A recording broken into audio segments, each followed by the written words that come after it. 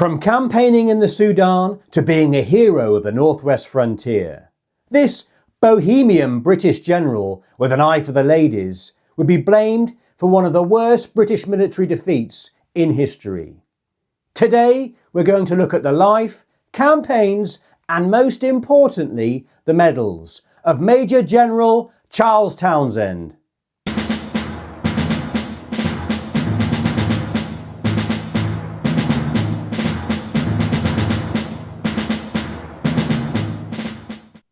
A while back, I did a video on Arthur Percival and the fall of Singapore and stated that he was Britain's worst general. Several people poo-pooed that in the comments and stated this chap, Charles Townshend, was far worse. So we're going to dive into his life today. And he's certainly an interesting personality and seems to have hopped in and out of more beds than Lord Flashheart. So let's get into it. Charles Townshend was born in February 1861 on Great Union Street in Southwark, London. His grandfather's brother was a marquis, and the family title and estate was handed down to his cousin. For much of his life, his older cousin would remain childless, and Townshend would think that he would be next in line for the title. Although Townshend came from aristocracy, his father had a modest job as a clerk, working in South Western Railway Company based in London. Suffering from chronic gout, his father would not progress far in the company and received a relatively small salary. His mother was an Aussie whose family hailed from Melbourne and were among the earliest European settlers of Australia.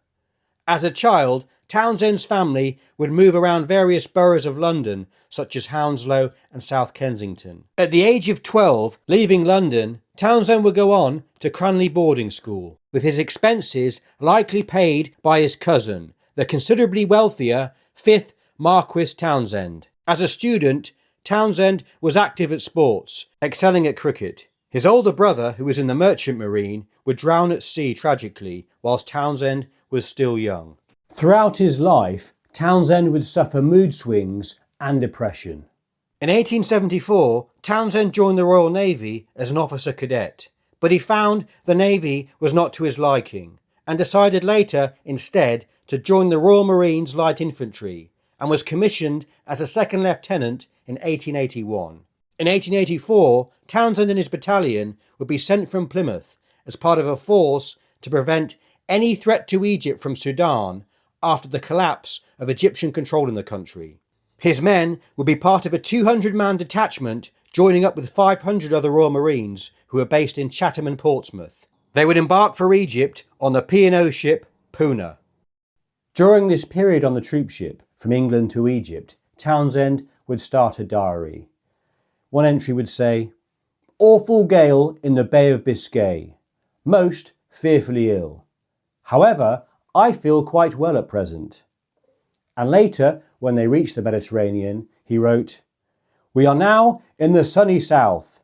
Everyone thinks of nothing but eating on board. We breakfast at 8, lunch at 1, and dinner at 6.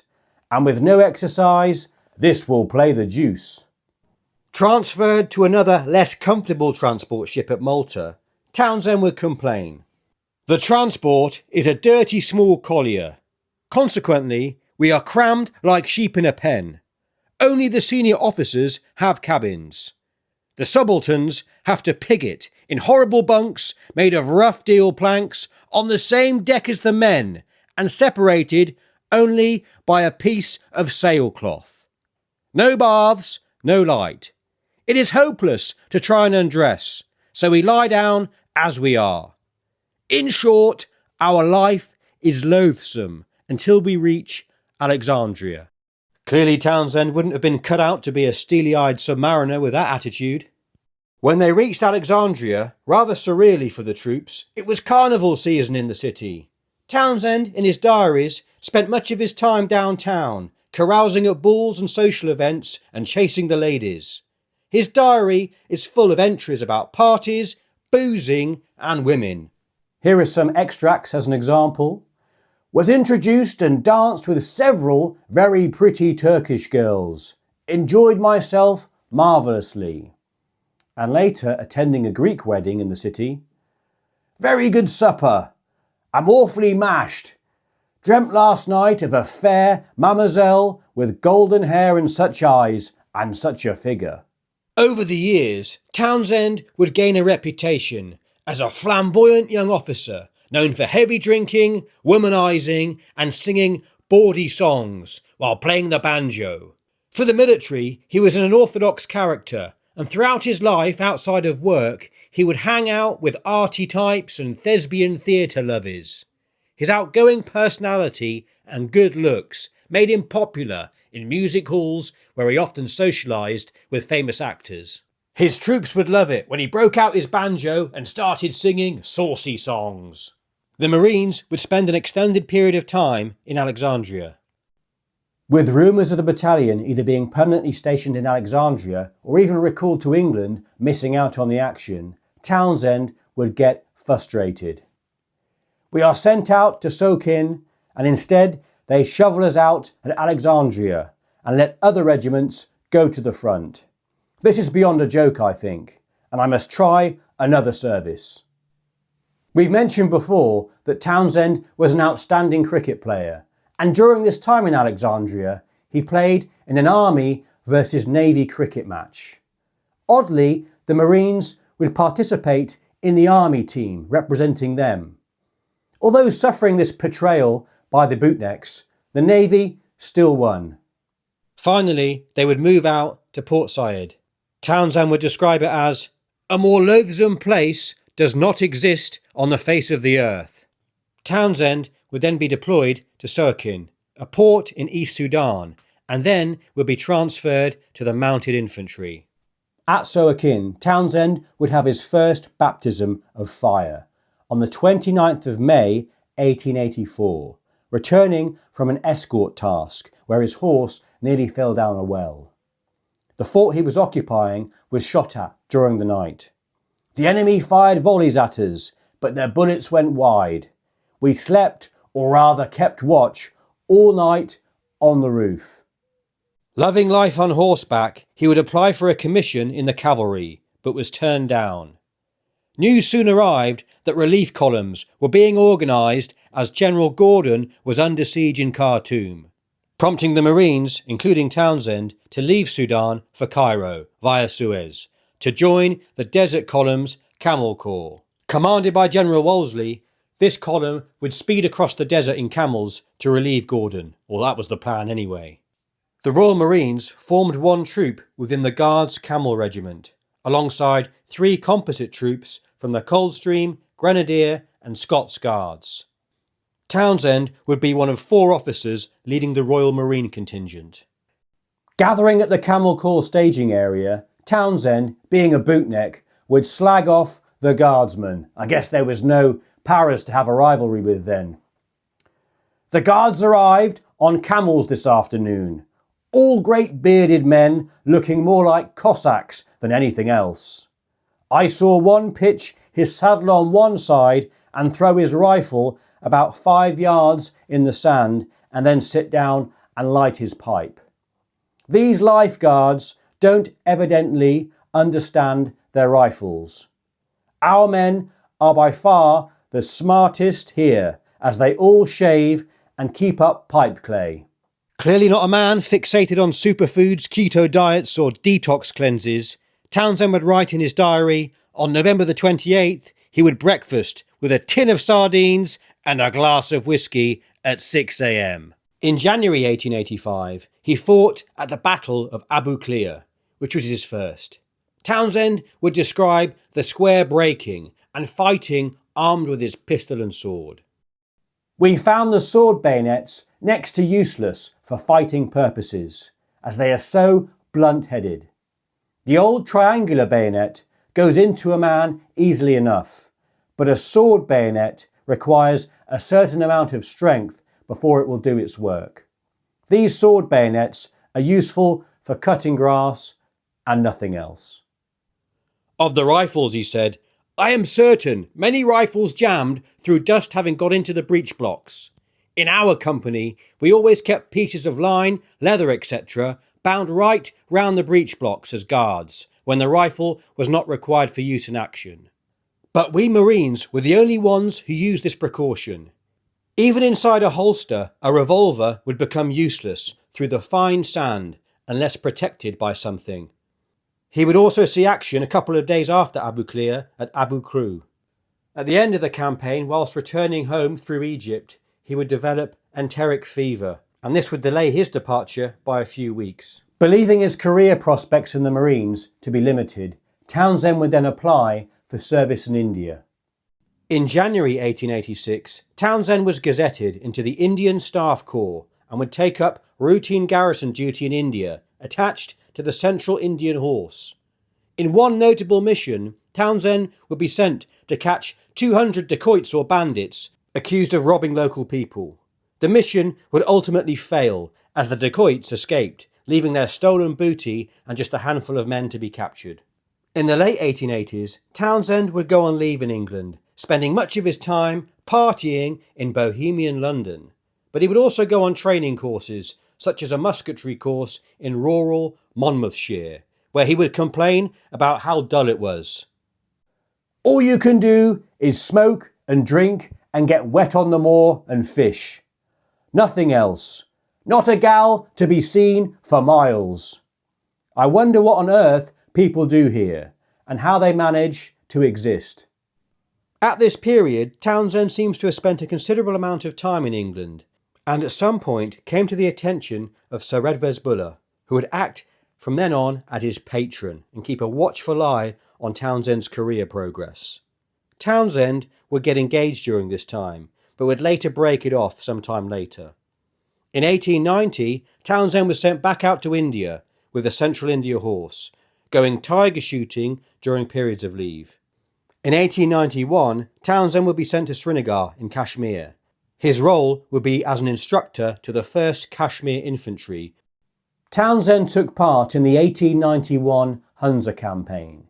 He would command 200 men in the Nagar Field Force, as well as a detachment of the 5th Gurkhas, and he would support the storming of Nilt Fort.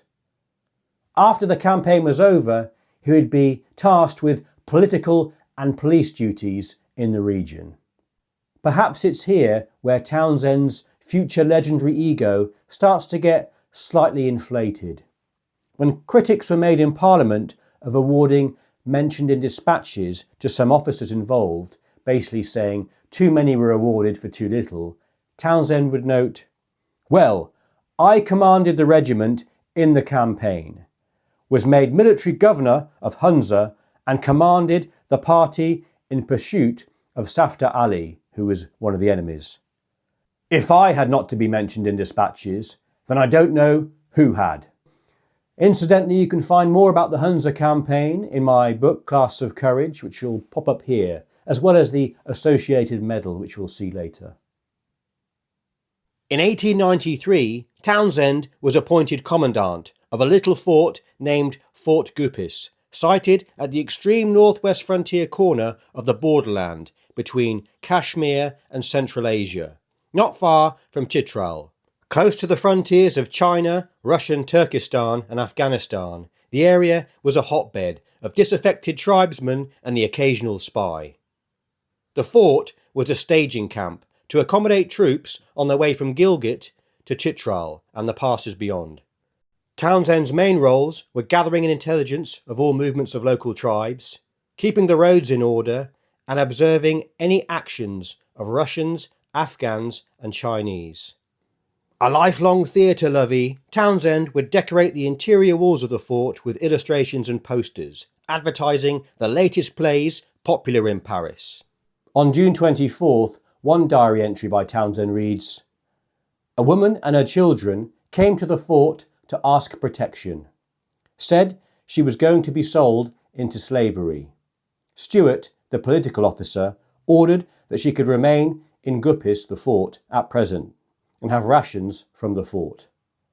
The man who came to fetch her was sent away. Note, she was old and not good looking."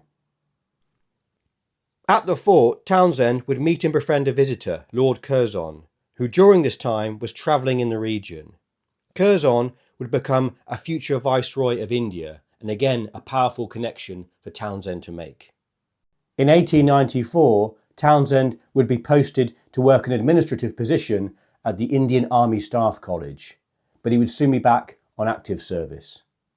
In 1895, as a captain, Townshend would then be sent to Kashmir to garrison Chitral Fort.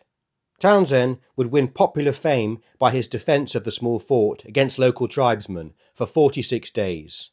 With his superior officers killed or wounded at the outbreak of unrest, from the 3rd of March, with roughly 400 men, he would hold off initially a force of up to 1,200 tribesmen, with at least 500 armed with Martini Henry rifles. Those numbers of tribesmen would grow as the local population became emboldened. After the fort was relieved by British and Indian troops, Townshend would become a hero.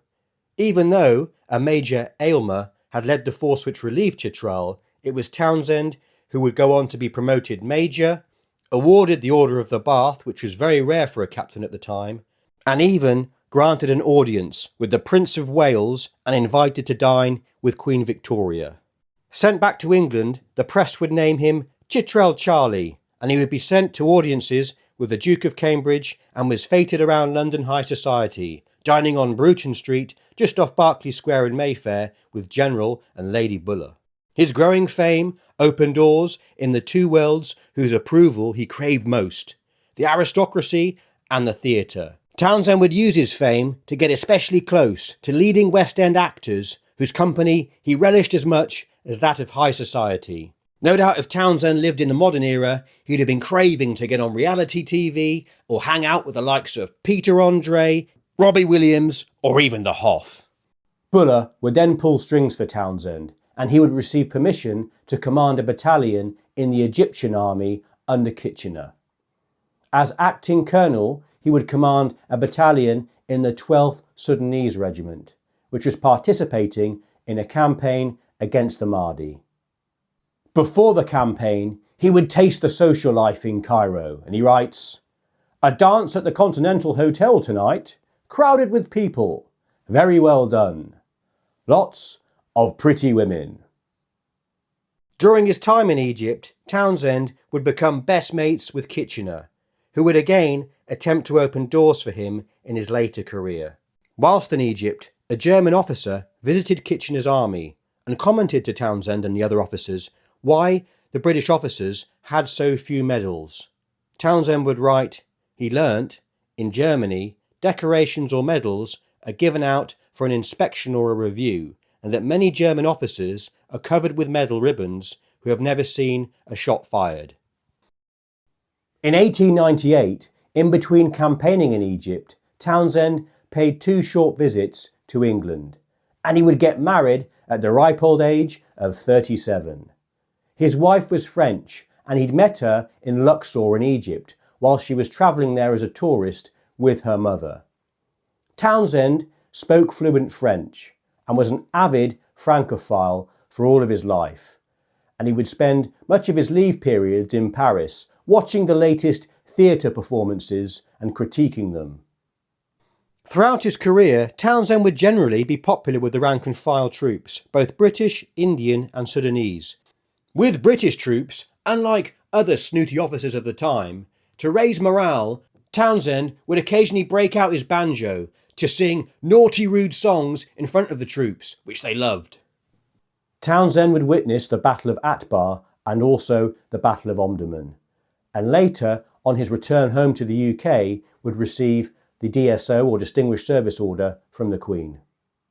In 1899, Townshend attempted to transfer to a line regiment in the British Army, but was snubbed by Wolseley and returned to the Indian Army, his secondment with the Egyptian Army complete.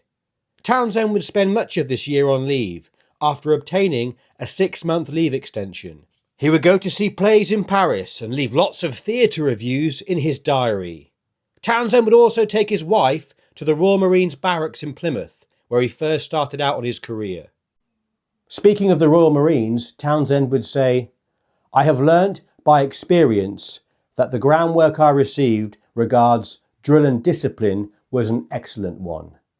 I have seen many corps now, but I have never seen better men than they had in the Royal Marines. I do not regret that I left the corps." There is no promotion beyond colonel in the Marines. For an officer, it is a case of leave all hope, ye who enter here. Townshend would also correspond with a young Winston Churchill. Churchill wrote to him to ask him to assist with information on Churchill's latest book about the Siege of Chitral. There seems quite a few similarities between the two. As junior officers, both would try to use their connections in high society to wrangle transfers or plumb postings where they could get a higher profile and be seen closer to the action. Whether unfounded or not, both men would be accused at points in their careers of also being shameless self-publicists and embellishing their early military life. At the outbreak of war in South Africa in October 1899, Townshend repeatedly requested permission for special service assignment. Although the India Office refused his request, in January 1900 this was overturned and he was allowed to go on to active service in South Africa. I wonder if Buller was again behind the scenes pulling a few strings on that one. Arriving in South Africa, Townshend would gain an audience with Field Marshal Roberts, who was now in charge. Roberts refused to give him a combat command which he desired, and instead he was assigned as an Assistant Adjutant General of the Military Governor of Bloemfontein. Townshend was not a happy bunny with his admin role, complaining, "I have been quill drilling from 9 a.m. to 6 p.m. with an hour for lunch. One day, however, I had the excitement of arresting an Irish Fenian named O'Connell, who had the impudence to advertise in the Express newspaper, calling on all Irish Fenians in South Africa to concentrate, and that orders would soon come from him." After repeated requests and Wolseley's refusal and potentially someone pulling strings in the background, Townshend was finally given permission to join a British Army regiment. He would leave South Africa in August 1900 after only roughly 6 months' service, being assigned to the Royal Fusiliers, who were based in England. He was originally offered a position in the Bedfordshire Regiment, but he didn't want that, and instead he asked for a slot in the Irish Guards, and that was turned down. Critics speculate with Townshend's fame risen since Chitral, he was getting increasingly snobby and egotistical at this point, and found the Bedfordshire Regiment not up to scratch, wanting to serve in a more socially exclusive regiment. Rejected from the Irish Guards, he settled on the Royal Fusiliers. I've now shaved for those that notice. Townshend was then refused permission to go on extended leave to see the Paris exhibition, and would soon grow tired of garrison life in England. If anyone's from Dover, you might be offended with this one. I am now finding it out what damned nuisance soldiering at home is. Dover needs no comment or description. A dirty, dull little town with absolutely nothing to do. In December 1902, Townshend managed to secure an interview with Lord Roberts, now Commander-in-Chief of Forces based in London. Townshend badgered him for promotion to brevet colonel for his war service. Roberts, it seems, was not impressed, and later said of their meeting that he did not remember mentioning a colonelcy. Townshend, in March 1903, would leave for India once again, this time with the 1st Battalion Royal Fusiliers, sailing on the troop ship Assai. The Fusiliers would soon find themselves performing garrison duty in Burma. Townshend, as a man with a keen eye for the ladies, would write, "I like the look of the Burmans. Pretty well-built girls, many of them decidedly handsome and beautifully made, with glossy black hair." Arriving in Rangoon en route to Mandalay, Townshend would complain, "We put up at the Strand Hotel, where we had an excellent room, but otherwise all the usual horrors of Indian hotels." On this tour, Townshend's French wife would accompany him, and they would engage in shooting expeditions whilst on local leave. Apparently, she was an excellent shot. Soon bored with routine garrison life, Townshend would pester General Smith Dorrien, a survivor of Isandlwana, for a juicy staff appointment. Dorrien snubbed him, saying there were others with claims superior to his, and that Townshend had come back to India to take the bread out of other people's mouths. Kicking his heels in Burma, less than a year later, Townshend finally secured an interview with his old buddy Kitchener, who is now back in India as Commander-in-Chief India. Kitchener gave Townshend a role as acting adjutant general in Calcutta, but Townshend soon found the role tedious, bored with routine admin such as pensions, accounts, and accompanying elderly wives of local officials to dinner. He was transferred to Lucknow in the same role, and after that post ended, he finally returned to his regiment, still only as the rank of major. In December 1905, he would return to England and was appointed acting military attaché in Paris and Bern, Switzerland. Basically, having a great time, seeing the latest shows, but also studying modern French military doctrine. Townshend returned to India in 1907, this time with the King's Shropshire Light Infantry. In February 1908, he was swiftly promoted through to colonel. During this time, he would meet again with Kitchener for more career advice, and he would spend time as Assistant Adjutant General for the 9th Division. Townshend would then be sent to South Africa to command the Orange River Colony District, and was rapidly promoted to Brigadier General in 1909. Townshend would be awarded a Union of South Africa medal in 1910, which he didn't like, thinking it spoilt his purely military medal set. In 1913, Townshend would take command of the Jhansi Mixed Brigade back in India, where he ruffled a few feathers wanting to do things his own way, and got a dressing down from divisional staff. An avid reader of military history, Townshend was forward-thinking for a man of his time. Whilst on exercise, Townshend would issue orders that selected NCOs would be allowed to attend the evening officer conferences at the camp of exercise, I guess like an orders group. He would recognise that the role of the modern NCO in 20th century warfare would be a lot more important than it previously was. Also during exercises, he would sometimes place an NCO in command temporarily of a company, simulating that all the officers had been casualties. In April 1914, he took command of the Rawalpindi Brigade in the 2nd Division, and during his time there prevented a feared uprising allegedly planned amongst the 35th Sikh Regiment. Townshend gave a speech which reassured the men and placed a guard of the regiment on his own quarters to earn their trust. Townshend would write, "I did not trust them one little bit, but by putting my life in their hands, I bluffed them and established confidence all round." In the spring of 1915, Townshend was promoted to Major General and placed in command of the 6th Pune Division in Mesopotamia. He would leave India bound for Basra in April to assume command of the division. Although his aggressive leadership initially brought success in Mesopotamia, including the capture of Kut in 1915, later events, especially the siege and surrender of Kut in 1916, showed that the campaign was far more difficult than British planners, including Townshend, had expected. The original aim of the British campaign in Mesopotamia was the securing of the oil refineries around the port of Basra, and this was strategically sound. But then mission creep and personal ambition got in the way. Before Townshend's arrival, the 6th Division had won a series of victories which placed it a distance of 120 miles from the sea.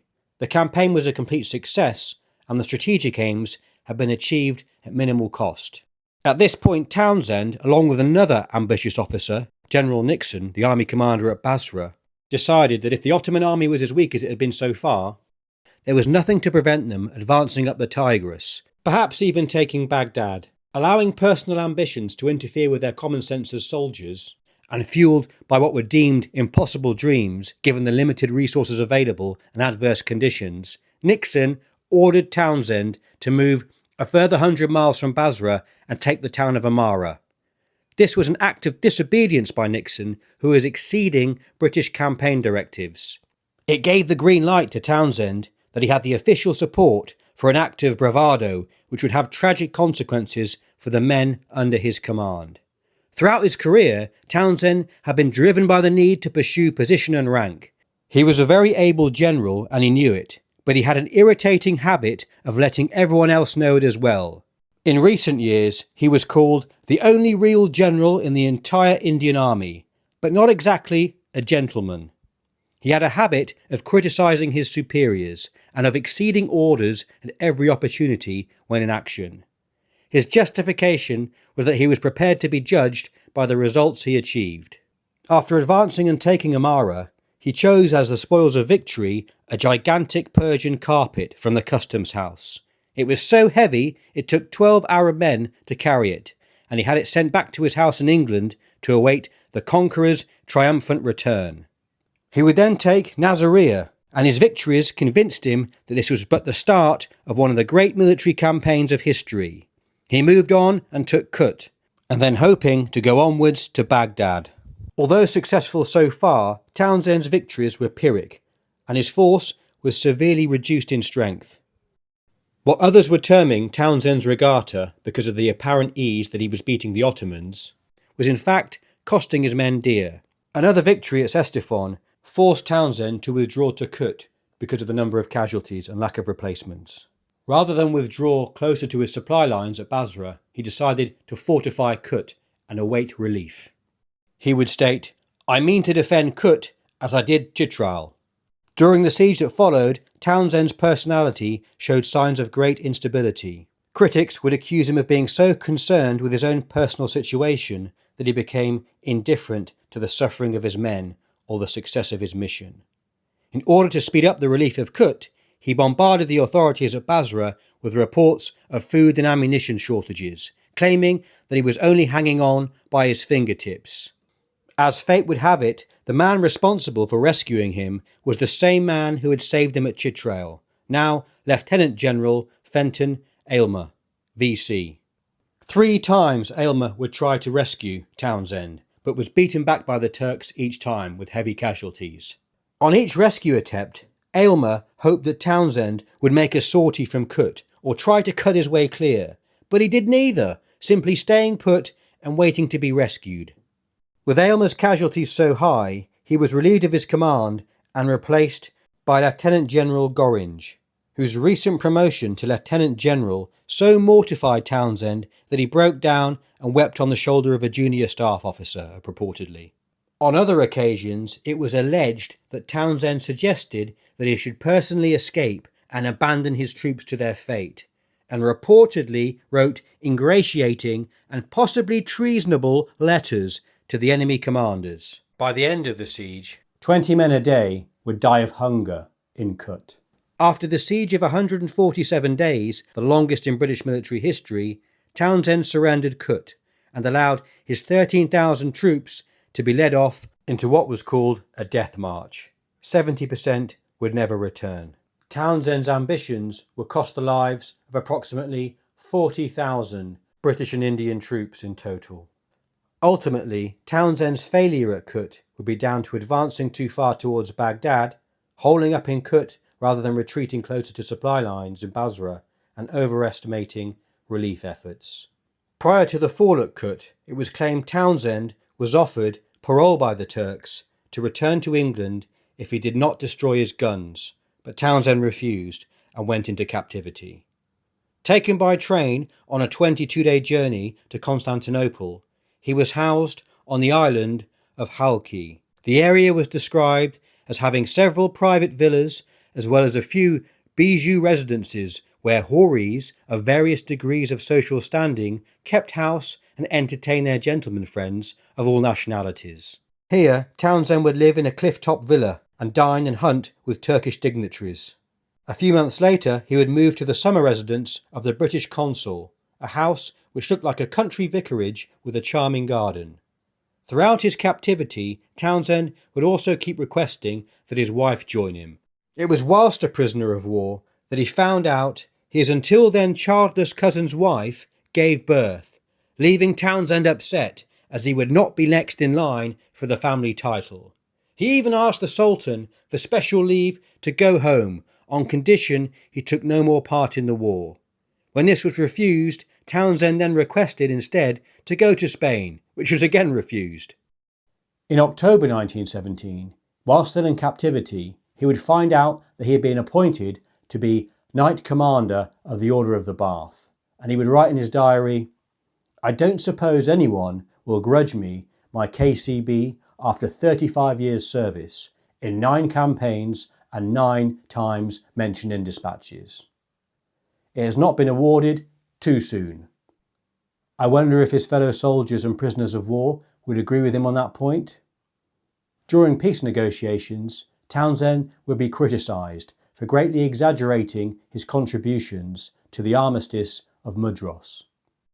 After the war, Townshend entered politics and served as a Member of Parliament for the Wrekin from 1920 until 1922.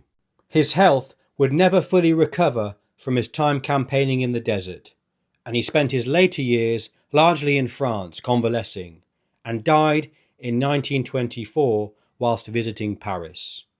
His medals are, in order of his campaigns, Egypt Medal with likely clasps for Sawakin, the Nile and Abu Klea, Khedive Star, India General Service Medal 1854 with Hunza clasp.